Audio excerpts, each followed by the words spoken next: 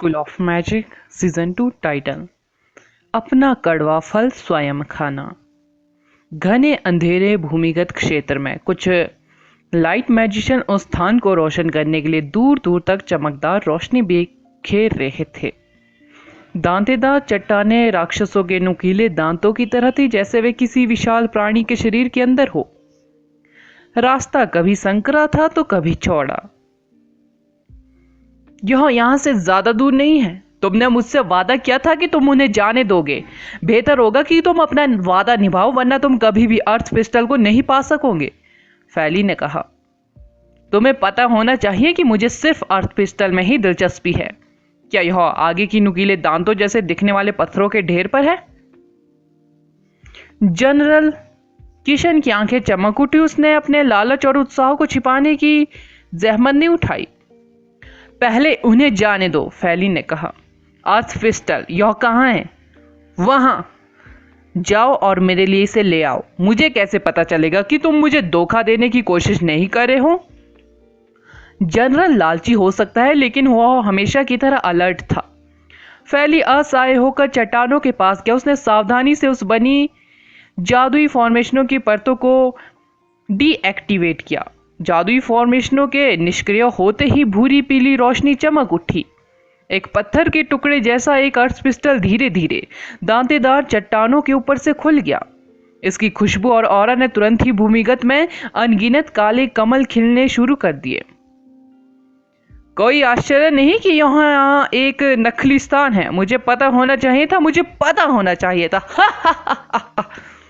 General एक जानवर की तरह अर्थ पिस्टल पर झपटने की कगार पर था। जल्द ही उसका अपना शहर होगा जिसमें अर्थ पिस्टल होगा। कौन उसकी आलोचना करने की हिम्मत करेगा? कौन उसके लिए कामों के लिए उसे सैन्य अदालत में मुकदमा चलाने की धमकी देने की हिम्मत करेगा? वह शहर में कानून होगा। जनरल बस थोड़ी देर प्रतीक्षा करें। मैं निश्चित रूप से आपको मुझे इसके लिए मजबूर करने की कीमत चुकाने पर मजबूर करूंगा। जनरल आगे बढ़ा और अर्थ पिस्टल को पकड़ लिया। जैसे ही उसने अर्थ पिस्टल को छुआ, उसका एक हिस्सा तुरंत मुरझा गया। जनरल ने तुरंत अपना हाथ वापस खींच लिया और फैली पर भड़कते हुए कहा, अभी क्या हुआ? मुझे भी नहीं पता। मैं तुम्हें पहले ही अर्थ पिस्टल ले आया हूं। उन्हें जाने दो, फैली ने उत्तर दिया। जनरल ने फैली की उपेक्षा की। उसने अपनी इच्छा से अर्थ पिस्टल का निरीक्षण करना शुरू कर दिया। कुछ देर बाद वह गुस्सा हो गया। उसने फैली को घूरकर देखा और चिल्लाया, यह अर्थ पिस्टल जल्द ही मुरझाने वाला है। इसमें ज्यादा ऊर्जा नहीं है। तुमने मुझे धोखा दिया। तुम्हारी हिम्मत कैसे हुई मुझे धोखा देने की? जनरल ने फैली की बाजू पकड़ ली। फैली के शरीर में तेजी से जानलेवा जहर फैल गया। जहर की वजह से उसका हाथ और बाजू पल भर में सड़ गए। क्या तुम्हें पता है कि इस चीज को पाने के लिए मैंने कितनी कीमत चुकाई है? तुम और बूढ़ा कैप्टन दोनों ही मरने के लायक हो। मेरा विरोध करने वाला हर व्यक्ति मरने का हकदार है। जनरल के शरीर से एक जहरीला ऑरा फूट पड़ा। यहां तक कि चट्टानें भी इसकी वजह से जंग खा रही थी। फैली जहर का विरोध करने में असमर्थ था। जनरल ने उसे यातना देना जारी रखा। जनरल को पता था कि फैली को प्रताड़ित करने से कोई फायदा नहीं होगा। अर्थ पिस्टल में ऊर्जा कम हो रही थी। उसे इसे फिर से भरने का कोई रास्ता खोजना था, अन्यथा यह मुरझाए हुए फूल से अलग नहीं था। आप सभी हमारे राज्य का निर्माण करने के लिए अपने जीवन मुझे समर्पित करने को तैयार हैं? क्या मैं सही हूं? जनरल चट्टानों के ऊपर खड़ा था और अपने आदमियों से कहा, जी श्रीमान, अपना राज्य बनाने के लिए जनरल की जय हो। सैनिकों ने जवाब दिया। वे सभी बहुत उत्साहित। ऐसा लग रहा था कि वे अपने निजी लाभ के लिए जनरल का पीछा नहीं कर रहे थे। उस आदमी ने एक हद तक उनका दिमाग धो दिया था, यानी ब्रेन वॉश कर दिया था। समीर को सैनिकों पर गुस्सा और दया आई जब उसने देखा कि वे लालची जनरल का पीछा करने में कितने भावुक थे।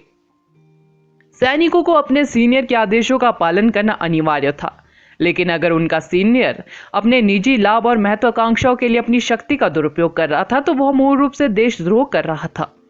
सत्ता की चाह में इस जनरल ने अपना पूरा दिमाग खो दिया था। वह सैनिकों को पापों की गहरी खाई में ले जा रहा था। बहुत बढ़िया, हम अपने लक्ष्य को प्राप्त करने से बस एक कदम दूर है। भाइयों, अब समय आ गया है कि आप अपने जीवन का उदारतापूर्वक बलिदान करें। आप अपनी अडिग आत्माओं से अर्थ पिस्टल की ऊर्जा को फिर से भर देंगे। मैं आपसे वादा करता हूं कि मैं जिस शहर का निर्माण करने जा रहा हूं उसके द्वारों पर आपके नाम उकेरूंगा। जनरल ने अचानक अपना स्वर बदल दिया। वह भयानक और दुष्ट लग रहा था। टोनी, मनीष और बाकी सैनिक चौंक गए। उन्हें समझ में नहीं आया कि जनरल क्या कह रहा था। उन्हें तब समझ में आया जब अनगिनत जहरीले कीड़े अचानक जनरल के शरीर से उड़कर उन पर आ गिरे। जनरल अर्थ पिस्टल की ऊर्जा को पुनः प्राप्त करने के लिए उनके जीवन का उपयोग करने की योजना बना रहा था, भले ही वे उसके अधीनस्थ थे। जहरीले कीड़ों में एक घातक जहर था जिसका असर बेहद तेज था। जनरल के सबसे नजदीक खड़े सैनिक जल्द ही लड़खड़ा रहे थे, जैसे कि वे नशे में हो। जनरल द्वारा छोड़े गए जहरीले कीड़े उनके नाक, कान और मुंह के जरिए उनके शरीर में घुस गए। जहरीले कीड़े शुरू में सिर्फ अंगूठे के आकार के थे, लेकिन जब वे सैनिकों के पेट से बाहर निकले तो वे इंसानी मुट्ठी जितने बड़े हो गए। सूजे हुए कीड़े जनरल के नियंत्रण में अर्थ पिस्टल की ओर उड़ गए। जहरीले कीड़ों ने अर्थ पिस्टल के ऊपर खुद को विस्फोटित कर दिया। सैनिकों के जीवन से प्राप्त ऊर्जा अर्थ पिस्टल पर छिड़की गई। इसका मुरझाया हुआ हिस्सा धीरे धीरे ठीक हो गया। यह सूरज हक्का बक्का रह गया। उच्च कल्टीवेशन वाले लोग अर्थ पिस्टल को अधिक ऊर्जा प्रदान करेंगे। सूरज, मैं तुमसे वादा करता हूं तुम्हारा नाम बाकी सभी के नाम से ऊपर लिखा जाएगा। जनरल ने सूरज को ठंडी निगाह से देखा। मैं नहीं मरना चाहता, मैं मरना नहीं चाहता। जनरल, प्लीज प्लीज मेरी जान बख्श दीजिए। भूमिगत मार्ग में पीड़ा की चीखें गूंज रही थी। अनगिनत जहरीले कीड़े सूरज की ओर उड़ रहे थे। वो आदमी अपने मैजिक से कीड़ों को रोकने की कोशिश कर रहा था, लेकिन जहरीले कीड़े जल्द ही उसके शरीर में घुस गए। उसके पेट से बड़े बड़े कीड़े निकले और अर्थ पिस्टल की ओर उड़ गए। वे मधुमक्खियों की तरह शहद इकट्ठा कर रहे थे, सिवाय इसके कि वे बेहद ज्यादा क्रूर तरीके का इस्तेमाल कर रहे थे। सूरज के पेट से जहरीले कीड़े बाहर निकलने के बाद वह तुरंत ही नहीं मरा। उसकी आंखों से गड्ढे से भी कीड़े रेंग रहे थे। वह वास्तव में जनरल पर विश्वास करता था, खासकर तब जब उस आदमी ने हाल ही में उससे कहा था कि वह अपनी इच्छा अनुसार किसी भी महिला का आनंद ले सकता है जब वे अपना खुद का शहर बनाने में सक्षम हो जाते हैं। वह हर दिन कुछ या 10 से अधिक महिलाओं के साथ मौज मस्ती कर सकता था। उसने कभी नहीं सोचा था कि जनरल इतना शैतान था। वह कभी भी दूसरों के साथ समृद्धि साझा नहीं करना चाहता था। उसके अधीनस्थ वास्तव में उसके लिए बेकार थे, ठीक वैसे ही जैसे उसने रेलवे स्टेशन पर मारे गए लोग थे। उसने अपना दिमाग पूरी तरह से खो दिया है, अमन ने कहा। यहां तक कि अमन को भी दुख हुआ जब उसने सैनिकों को मरते देखा। जहरीले कीड़े उच्च कल्टीवेशन और मजबूत ऑरा वाले लोगों को प्राथमिकता दे रहे थे। चूंकि समीर और अमन की साधना कल्टीवेशन बंद थी, इसलिए जहरीले कीड़ों ने उन्हें निशाना नहीं बनाया। भागो! फेली, जो अभी भी जहरीले छालों से ढका हुआ था, अपने पैरों पर खड़ा हो गया, जबकि अमन और समीर धीरे धीरे मरने की अपनी बारी का इंतजार कर रहे थे। फैली की कल्टीवेशन बंद नहीं हुई थी, लेकिन वह पूरी तरह से जनरल के जहर के अधीन था। जनरल ने फैली में अपनी रुचि पूरी तरह से खो दी थी। उसने उसे किनारे पर छोड़ दिया और जहर को उस पर हावी होने दिया। जनरल को आश्चर्य हुआ कि फैली अपनी मृत्यु से पहले भी अविश्वसनीय गति से दौड़ने में सक्षम था। उसने जल्दी से अपने लगभग पूरी तरह से सड़े हुए हाथों से अमन और समीर को पकड़ लिया और दूसरों की ओर भाग गया, मतलब दरवाजे की ओर भाग गया। जनरल जहरीले कीड़ों को नियंत्रित करने में इतना बिजी था कि वह फैली पर ज्यादा ध्यान नहीं दे रहा था। इससे फैली को अमन और समीर को संकरे रास्ते पर ले जाने का मौका मिल गया। बस रास्ते पर चलो और तुम्हें बाहर निकलने का रास्ता मिल जाएगा। तुम्हें हर कीमत पर जिंदा रहना है और बाहरी दुनिया को बताना है कि यहाँ क्या हुआ। फैली उन्हें एक संकरे रास्ते पर ले गया। हालांकि वह आगे नहीं बढ़ पाया। वह सीधा खड़ा हो गया और अपने शरीर से रास्ता रोक दिया। फैली! समीर में ज्यादा ताकत नहीं बची थी। उसने उस आदमी को अपने साथ खींचने की कोशिश की, फिर भी उसकी कोशिश बेकार हो गई। फैली का शरीर जहर से टूट रहा था। अब उसकी बाजुएं गिर गई थी क्योंकि उसने बहुत ज्यादा बल का इस्तेमाल किया था। जख्म जहरीले फफोले से भरे हुए थे। जनरल का जहर वाकई भयानक था। जहरीले कीड़े रास्ते की ओर बढ़ रहे थे। उन्होंने फैली के शरीर में बेतहाशा छेद कर दिए और दरारों से बाहर निकलने की ओर बढ़ते रहे। उनका समीर और अमन को जाने देने का कोई इरादा नहीं था। बाहरी दुनिया को बताओ कि क्या हुआ। फैली ने खुद को आग लगा ली। लपटों ने उसे भस्म कर दिया और मार्ग को अवरुद्ध कर दिया। जिससे उसके पास से गुजरने की कोशिश करने वाले जहरीले कीड़े जलकर मर गए। समीर की आंखें यह देखकर लाल हो गई कि फैली अपनी मृत्यु तक हार मानने को तैयार नहीं था। जनरल, मैं तुम्हें मार डालूंगा, समीर ने कर्कश आवाज में चिल्लाया। फिर भी उसके पास भागने के अलावा कोई विकल्प नहीं था। उसने फैली को भस्म करने वाली आग से निकलने वाली रोशनी को प्रकाश सोर्स के रूप में इस्तेमाल किया। धीरे धीरे रोशनी फीकी पड़ गई। अमन और समीर भागते समय एक दूसरे का सहारा ले रहे थे। वे पीछे मुड़ने की हिम्मत नहीं जुटा पाए। वे दोनों अपनी भावनाओं को नियंत्रित करने की कोशिश कर रहे थे। उन्हें पीछे मुड़ने और अपनी पूरी ताकत से जनरल से लड़ने की इच्छा थी, लेकिन वे जानते थे कि अगर वे भी मर गए तो फैली का बलिदान व्यर्थ हो जाएगा। दर्द की चीखें कभी बंद नहीं हुई। सैनिक उतने भाग्यशाली नहीं थे जितने वो दो थे जो सुरंग में भाग गए थे। उन्हें उस आदमी ने सबसे क्रूर तरीके से मार डाला जिस पर वे सबसे ज्यादा भरोसा करते थे। अपनी मर्जी से काम करने के उनके सपने नष्ट हो गए। वे जहरीले कीड़ों से ढके हुए थे और जिन्होंने अपनी जिंदगी खत्म कर दी। वे दर्द, क्रोध और घृणा से भरे हुए थे जिसे वे कभी बाहर नहीं निकाल पाएंगे। भले ही वे प्रतिशोधी आत्माओं में बदल गए। हालांकि आखिरी क्षण में सच्चाई जानना व्यर्थ था। जिस व्यक्ति ने उन्हें उनका सपना दिया था उसे उनकी मृत्यु पर कोई दया नहीं आई। मानो अर्थ पिस्टल ही जीवन में एकमात्र चीज थी। अर्थ पिस्टल की ऊर्जा को फिर से भरते हुए देखकर उसकी आंखें जोश और उत्साह से भर गई। नेक्स्ट एपिसोड टाइटल, बर्फ में ओले मिलाना। आदर्श अपने आगे एक आग के अंकुर को नियंत्रित कर रहा था जो दीवारों पर नुकीले दांतों की तरह दांतेदार चट्टानों से सजी सुरंग को रोशन कर रहे थे। उसने धीरे धीरे एक भयानक गंध को सूंघा और सुरंग के अंदर से आती हुई हल्की और डरावने वाली चीखें सुनी। रास्ता यहां से अलग हो जाता है, हम किस तरफ जाए? आदर्श ने आगे देखा और पूछा। हमें नहीं पता। जब वे बात कर रहे थे तो उन्होंने एक रास्ते से नरम कदमों की आवाज सुनी। एक दूसरे का समर्थन करते हुए दो परिचित आकृतियां बाहर आई। उनके बेहद पीले चेहरों पर रोशनी चमक रही थी। उनमें से एक की आंखें लाल थी। फौजी! आदर्श ने उन्हें देखकर खुशी से कहा। भाई आदर्श! समीर जल्दी से आगे बढ़ा और आदर्श को कसकर गले लगा लिया, एक घायल छोटे भाई की तरह। आदर्श समीर की भावनाओं के उफान को महसूस कर सकता था। वह घायल नहीं था, फिर भी उसके दिल में दुख बह रहा था। क्या हुआ? आदर्श ने सांत्वना दी। वह कमीना जनरल, उसने अंदर सभी को मार डाला, अमन ने कहा। अमन ने उन्हें बताया कि भूमिगत स्थान में क्या हुआ था। यह सुनकर सभी शौक रह गए। यह जनरल कितना पागल था। वह अपने साथ कम से कम 200 लोगों को लाया था, फिर भी उसने अर्थ पिस्टल की ऊर्जा को फिर से भरने के लिए अपने हर एक आदमी को मार डाला। ऐसा काम करने के लिए आदमी का दिल कितना घटिया होना चाहिए। आदर्श को उम्मीद नहीं थी कि वह ऐसे दुष्ट जनरल से टकराएगा। उसे राहत मिली कि समीर ठीक था। मदद करो, मेरी मदद करो। एक सैन्य पोशाक में एक आदमी रोशनी के किनारे से समूह की ओर लड़खड़ाता हुआ आया। वह आदमी चौराहे तक भाग गया था। उसे लगा जैसे उसे अपना उद्धारकर्ता मिल गया हो। जब उसने देखा कि वहां और भी लोग थे। यह अब्दुल था। अमन की आंखें ठंडी हो गई क्योंकि वह उसे घूर रहा था।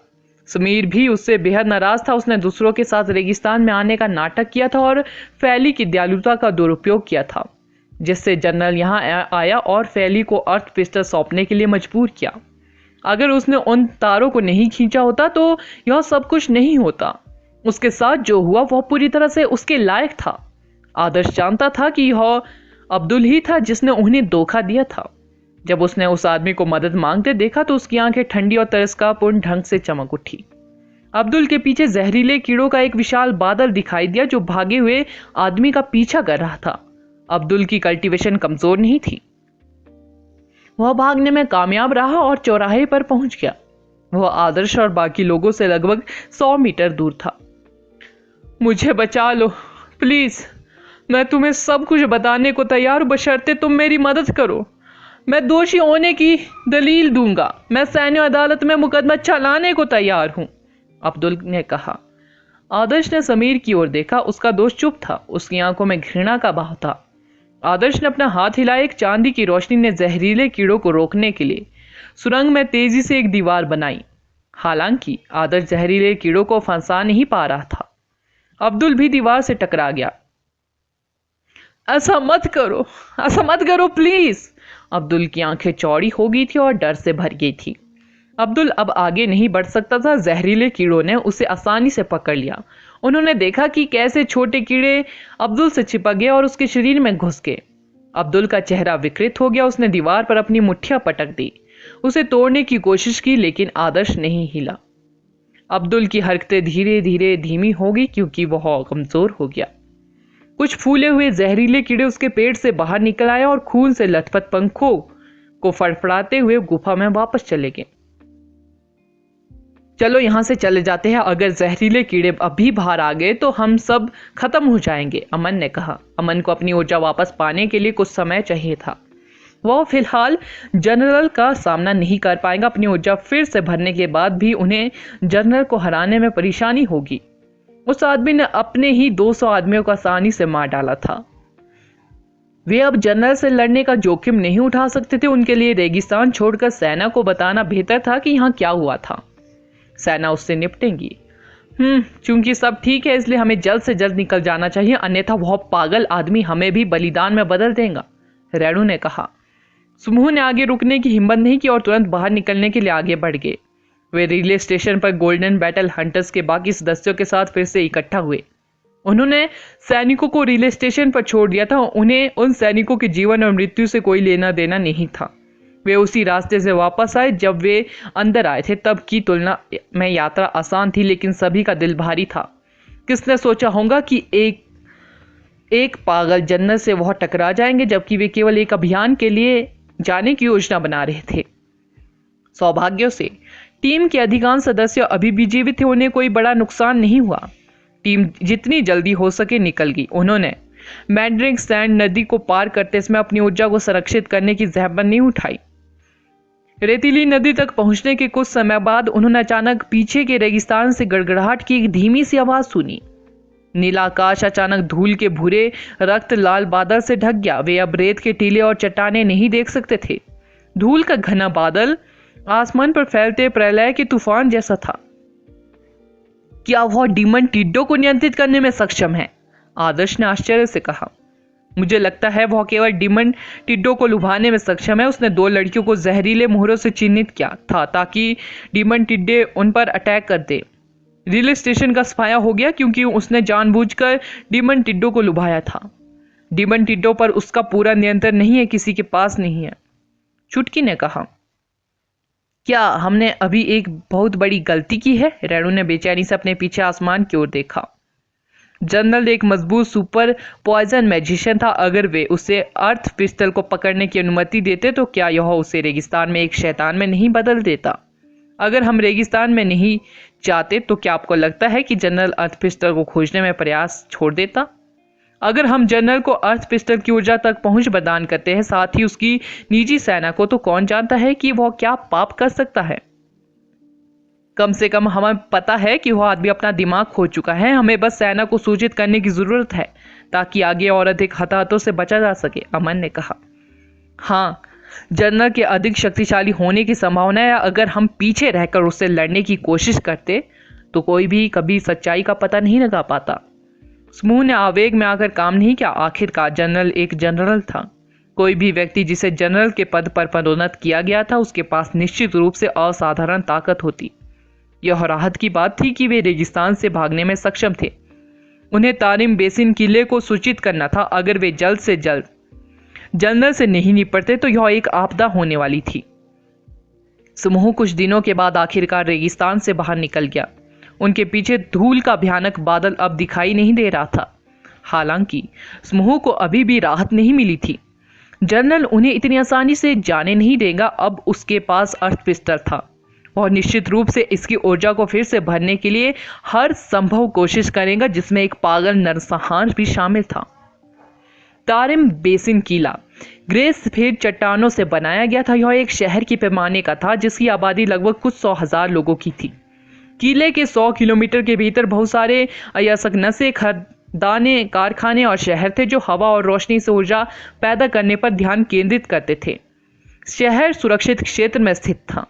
तारिम बेसिन किला हर हफ्ते शहरों की रखवाली करने के लिए सैनिकों के दल नियुक्त करता था। ताकि रेगिस्तान, पहाड़ों और गुफाओं में रहने वाले डीमन जीवों को उन पर अटैक करने से रोका जा सके। यह इलाका शांतिपूर्ण नहीं था। आमतौर पर हर महीने 2 या 3 घात लगाए जाते थे। हर शहर तारिम बेसिन किले के समान एक अवरोध द्वारा सुरक्षित था। जब तक वे अवरोध के भीतर रहते थे तब तक श्रमिक और मजदूर और मैजिशियन डीमन जीवों से सुरक्षित थे। समूह सीधे तारिम बेसिन किले में गया। समीर एक सैनिक था, इसलिए वो आसानी से किले में घुस गया। बाकी लोग थके हुए थे, लेकिन वे सभी प्रवेश द्वार पर इंतजार कर रहे थे, उम्मीद कर रहे थे कि सेना तुरंत जनरल को गिरफ्तार करने के लिए आदेश जारी करेगी। समीर सीधे कमांडिंग जनरल के पास गया। आसपास के हर शहर की सुरक्षा एक जनरल द्वारा की जाती थी। आखिरकार एक शहर को बनाए रखने के लिए बहुत सारे इक्विपमेंटों की आवश्यकता होती है। तारिम बेसिन किले द्वारा संरक्षित प्रत्येक शहर लगभग 6 दूसरे दर्जे के शहरों के लिए आवश्यक ऊर्जा प्रदान करने में सक्षम था, जिसमें उनकी रक्षा करने वाला अवरोध भी शामिल था। जनरल, किनलिंग पर्वत से कमांडर समीर आपसे व्यक्तिगत रूप से मिलना चाहते हैं। वो कहते हैं कि उन्हें आपको कुछ जरूरी बताना है, एक संचार अधिकारी ने कहा। वर्तमान में मेज पर एक और जनरल बैठा था और बाकी कमांडर थे। हालांकि उनमें से अधिकांश सेना में कमांडिंग और संचार के लिए जिम्मेदार थे, वे युद्ध कमांडर नहीं थे। जनरल मुदा के बगल में 2 सलाहकार बैठे थे, उनके चेहरे सख्त थे। हमें अभी भी इसके पीछे का कारण पता लगाना है। हमारी पहली प्राथमिकता आपातकालीन बंकरों में फंसे श्रमिकों, शहरवासियों, सैनिकों और मैजिशियनों को निकालना है। वे 3 दिनों से फंसे हुए हैं। जल्द ही उनका भोजन और पानी खत्म हो जाएगा। कई लोग घायल भी हुए हैं, वे बिना मेडिकल देखभाल के मर जाएंगे, एक महिला सलाहकार ने कहा। जनरल मुद्दा ने ठंडे स्वर में कहा, क्या आपको लगता है कि मैं उन्हें बचाने की कोशिश नहीं कर रहा हूं? हालांकि अगर हम कारण का पता नहीं लगाते और डीमन टिड्डो को दूर नहीं भगाते तो हर आदमी जिसे हम सीमा टाउन भेजेंगे वो मर जाएगा। 3 दिन हो गए हैं, फिर भी हमें अभी भी पता नहीं है कि क्या हुआ। हम शहर के लोगों से बात भी नहीं कर सकते। आप सभी बेकार हैं। जनरल, किनलिंग पर्वत के कमांडर समीर आपसे मिलने के लिए कह रहे हैं, अधिकारी ने दोहराया। किनलिंग पर्वत के कमांडर यहाँ किस लिए है? मैं बिजी हूँ, जनरल बुदा ने झल्लाकर कहा। लेकिन उसने कहा कि यह कुछ जरूरी काम है। यह कितना जरूरी हो सकता है? क्या यह अंजियाओ टाउन में फंसे 10,000 लोगों की जान बचाने से भी ज्यादा महत्वपूर्ण है? अरे जरूर, मैं उसे इंतजार करने के लिए कहूंगा। अगला एपिसोड जानने के लिए बने रहे मेरे इस चैनल के साथ। Thank you. Next episode title गिरता हुआ शहर। आदर्श प्रवेश द्वार पर समीर का इंतजार कर रहा था। उसने जल्द ही समीर को गंभीर चेहरे के साथ बात आते देखा। क्या हुआ? उन्होंने तुम पर विश्वास नहीं किया? आदर्श ने पूछा।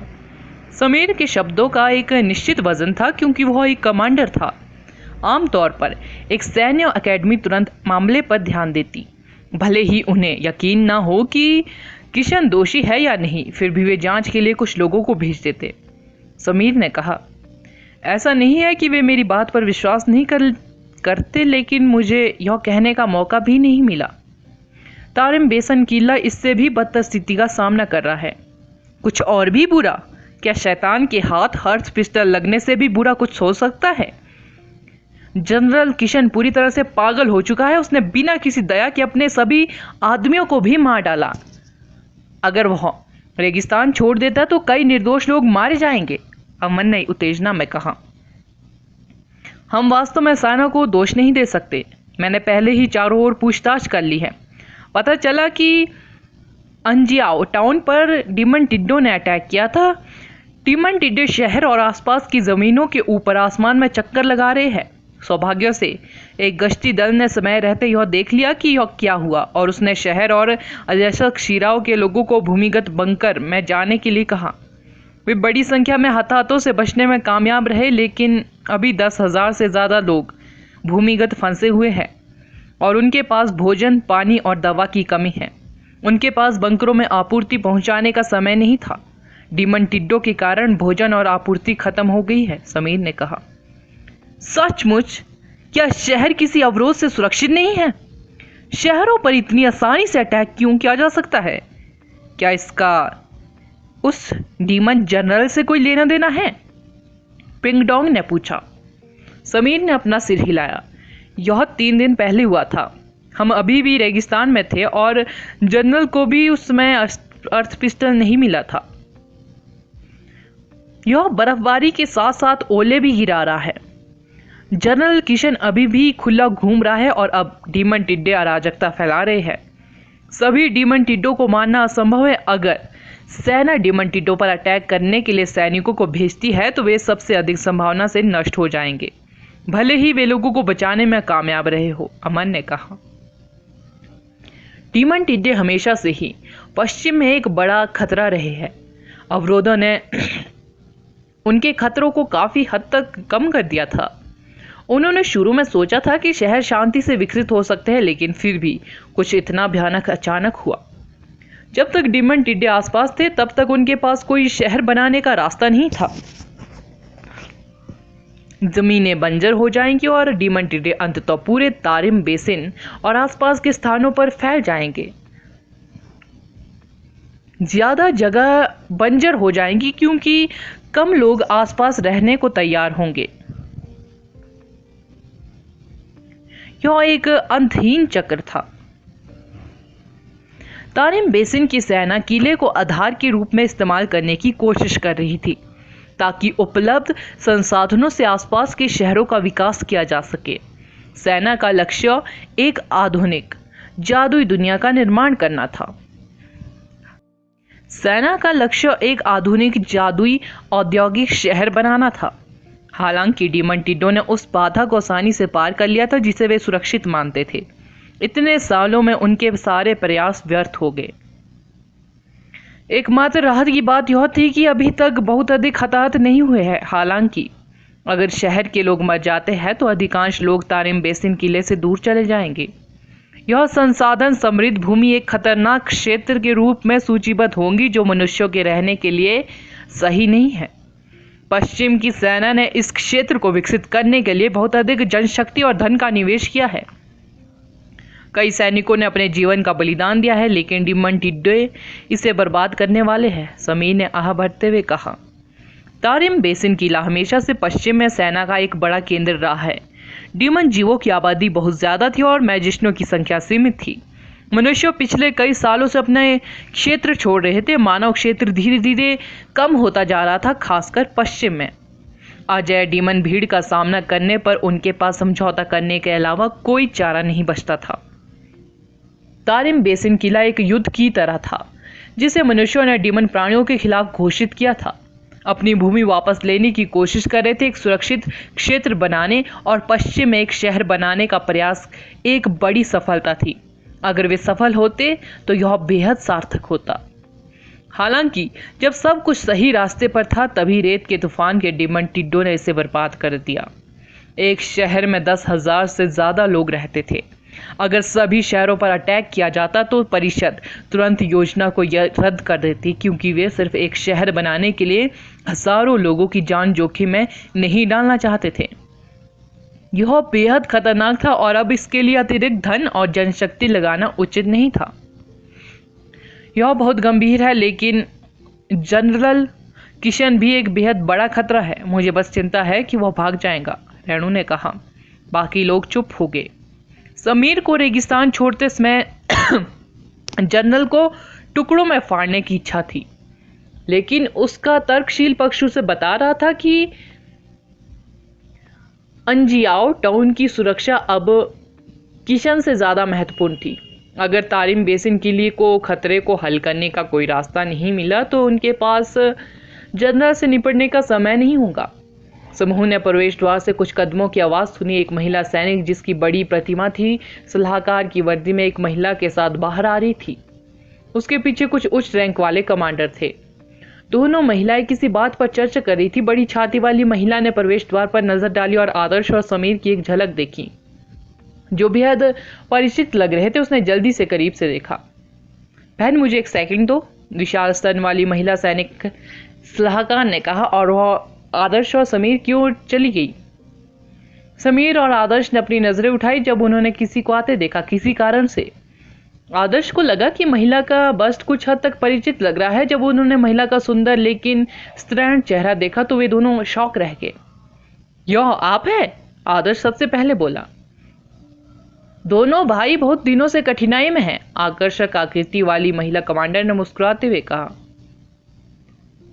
मेघना, क्या आप अग्निगढ़ झील की प्रभारी नहीं हैं? आप यहाँ पश्चिम में क्यों हैं? समीर ने कहा। अग्निगढ़ झील का अच्छे से ख्याल रखा जाता है। सेना वहां केवल दैनिक दिनचर्या कर रही है। यहाँ पश्चिम में अधिक अवसर है, इसलिए मैंने यहाँ स्थानांतरित होने का अनुरोध किया। मैं यहाँ 1.5 साल से हूँ। मुझे नहीं लगा कि मैं यहाँ तुम दोनों से टकराऊंगी। कमांडर मेघना ने आदर्श को देखने से पहले समीर की ओर देखा। वह मुस्कुराई। तुम एक प्रसिद्ध व्यक्ति हो, छोटे गुफावासी। आदर्श केवल अजीब लग सकता है। वह एक गुफावासी की तरह रह रहा था जब उसने अग्निगढ़ झील का डेथ ब्रिंगर कहा जाता था, जबकि वह डीमन एलिमेंट का उपयोग करने के दुष्परिणामों से छुटकारा पा रहा था। वह कमांडर मेघना से टकराया, जो उस समय की कमांडर थी अग्निगढ़ जहर की।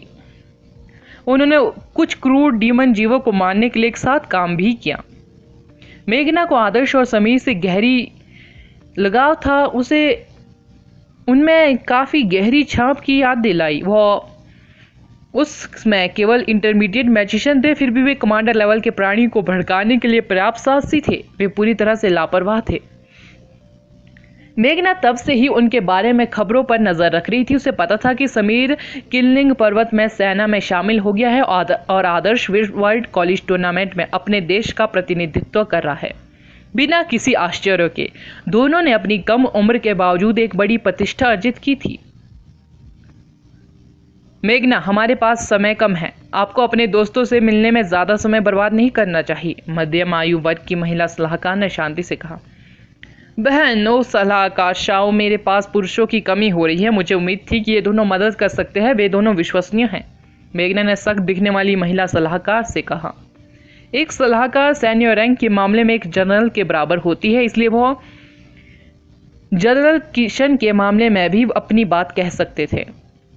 समीर ने कभी नहीं सोचा था कि वह यहाँ किले के सलाहकार शाओ से टकराएगा और यह पता चला कि वह मेघना की बड़ी बहन थी। क्या आप ही थे जिन्होंने जनरल किशन के विश्वासघात की सूचना दी थी? सलाहकार शाओ ने आकर पूछा। हाँ, वह सेना के खिलाफ हो गया है और अब उसके पास अर्थ पिस्टल है। वह अर्थ पिस्टल की ऊर्जा को फिर से भरने के लिए निर्दोष लोगों की जान ले रहा है। उसने अब तक लगभग 400 लोगों को मार डाला है। समीर ने एक सांस में कह डाला। मुझे पता है कि यह कितना जरूरी है, लेकिन हमें अभी अंजियाओ टाउन को बचाना है। चिंता न करें, हम विश्वासघातियों के लिए बिल्कुल भी बर्दाश्त नहीं करते हैं, सलाहकार शाओ ने कहा। मेघना, आप हमारी मदद के लिए 2 बाहरी लोगों पर कैसे भरोसा कर सकती है? यहाँ अपना समय बर्बाद करने के लिए स्वतंत्र महसूस करें। हम पहले जाएंगे। सलाहकार शाओ, हमें जल्द से जल्द शिविर में पहुंच जाना चाहिए, पीछे खड़े कमांडर ने कहा। सलाहकार शाओ ने सिर हिलाया और आगे कुछ नहीं कहा। वो कमांडरों का नेतृत्व करते हुए प्रवेश द्वार से बाहर चली गई। उसे अग्रिम पंक्ति में सेना की कमान संभालने के लिए नियुक्त किया गया होगा। मेघना एक पल के लिए झिझकी। उसने आदर्श और समीर की ओर देखा और पूछा, यह बेहद जरूरी है। मुझे भी अचानक ही यह मिशन मिल गया था। अगर आप दोनों मदद करने को तैयार है। समीर ने आदर्श की तरफ देखा। वह स्पष्ट रूप से आदर्श को फैसला लेने दे रहा था। आदर्श ने असहाय होकर कहा, अगर हम अंजियाओ टाउन में मौजूद खतरे को हल नहीं करते हैं तो सेना के पास जनरल किशन से निपटने के लिए पर्याप्त लोग नहीं होंगे। जितना अधिक समय लगेगा उसे ट्रैक करना उतना ही मुश्किल होगा। हम आपकी मदद कर सकते हैं, लेकिन हमें उम्मीद है कि आप सलाहकारों और जनरलों को बता सकती है कि यह कितना ज़रूरी है। किशन एक बेहद बड़ा खतरा है, हमें उसे ख़त्म करना होगा। तो फिर मेरे साथ आओ, मेघना मुस्कुराई। वे हमारे साथ आ रहे हैं, वे भी बेहद मजबूत है। आदर्श ने स्माइरा और रेणु और चुटकी की ओर इशारा किया। मैं उन्हें पहचानती हूँ, ये दोनों भी राष्ट्रीय टीम के प्रतिनिधि ही होंगे, मेघना ने कहा। गोल्डन बैटल हंटर्स के लोग उनके साथ शामिल नहीं हुए। वे जो कुछ भी झेल चुके थे उसके बाद वे थकान से अभिभूत थे। अमन की हालत भी ठीक नहीं थी। वह समूह में सबसे ताकतवर था, इसलिए किशन ने सुनिश्चित किया था कि उसकी अच्छी तरह से देखभाल की जाए। उसे अपनी ताकत वापस पाने के लिए कुछ दिनों तक आराम करना होगा। हालांकि अमन ने यह भी वादा किया कि वह ठीक होते ही उनकी हेल्प करेगा। मेघना, क्या तुम्हें पहले यह नहीं बताना चाहिए कि क्या हो रहा है? मुझे लगा कि हर शहर को अवरोधों से सुरक्षित किया जाना चाहिए। यह असंभव है कि डीमन टिड्डे इसे इतनी आसानी से तोड़ पाए, समीर ने रास्ते में पूछा। यही बात हमें सबसे ज्यादा परेशान करती है। डीमन टिड्डे किसी भी तरह से बाधा को पार नहीं कर सकते, मेघना ने असहाय होकर कहा। सच्चाई जानने के लिए हमें शहर में जाना होगा, आदर्श ने कहा। एकमात्र समस्या यह है कि डीमन टिड्डे ने इस क्षेत्र पर पूरी तरह से कब्जा कर लिया है। हमारे लिए उनके क्षेत्र में प्रवेश करना बेहद मुश्किल है। हमने शहर के लोगों से भी संपर्क खो दिया है। मेघना ने आह भरते हुए कहा। मेरी बहन 10 साल से अधिक समय से यहाँ है।